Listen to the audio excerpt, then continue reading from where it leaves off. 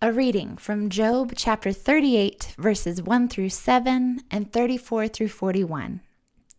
Then the Lord answered Job out of the whirlwind.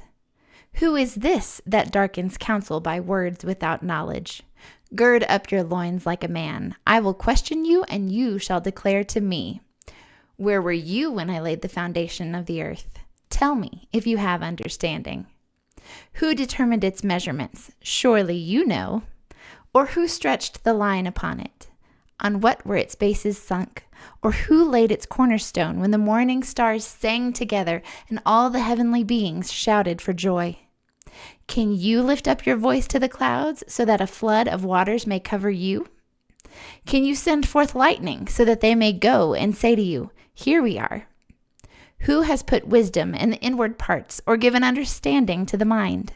Who has the wisdom to number the clouds, or who can tilt the water skins of the heavens when the dust runs into a mass and the clods cling together?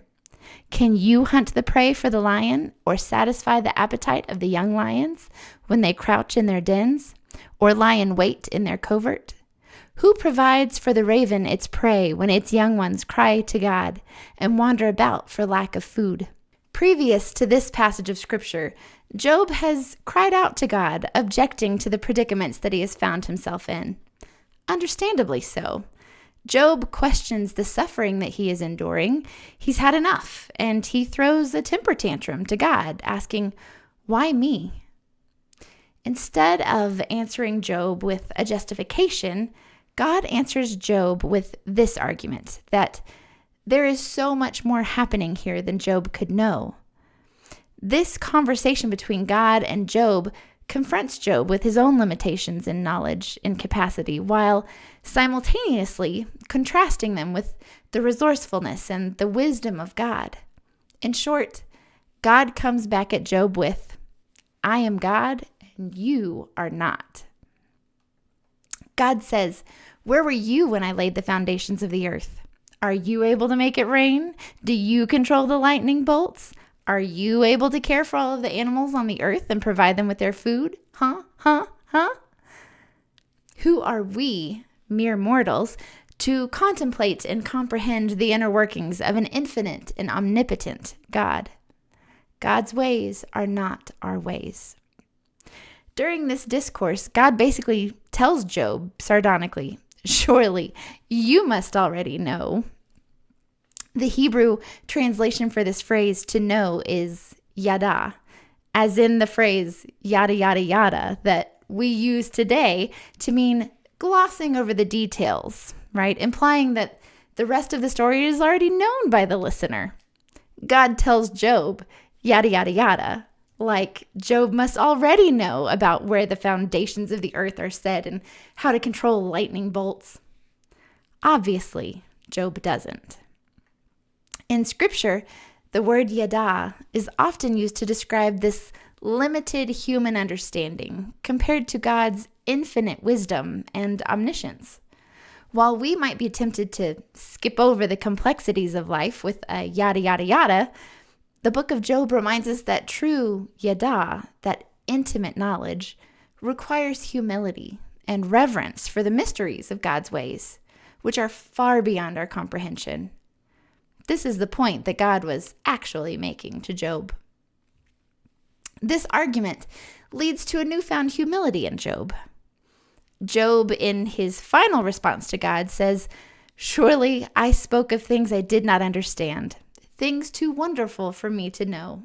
That's in Job 42:3. Job's encounter with God leads him not to an answer, but to an acceptance of his own limitations in the face of God's divine mystery. Sometimes in the Christian faith, we call this divine mystery fear of the Lord, a deep reverence and awe for God's greatness. It's this humility that then gives us a glimpse into the nature of God. As God's created beings, our posture before God should not be one of demanding explanations, but of trust and submission, knowing that God is infinitely wise and just, even when we cannot understand the ways in which God is working. Sort of like being a single thread in an intricate tapestry. Only the master weaver can comprehend the grand design that is at work. Just as that single thread appears meaningless on its own, so too can the events of our lives feel very random, unfair, or chaotic even. Yet in God's grand design, every moment, every thread has a purpose. And when we are caught in the midst of the chaos of life, we can trust that God, the master weaver, sees the whole picture and knows how every thread fits together for our good. We need only to pause and look around us to realize that God is in control. Everywhere we look, from the stars in the heavens to the cells in our bodies, we encounter complexity and order that just baffles the human mind. Even with all of our advancements in science and technology and all of our understanding, we still just scratch the surface of understanding God's creation. If creation itself is this intricate, how much more mysterious and unfathomable is our Creator? I had a friend describe it to me with this analogy once.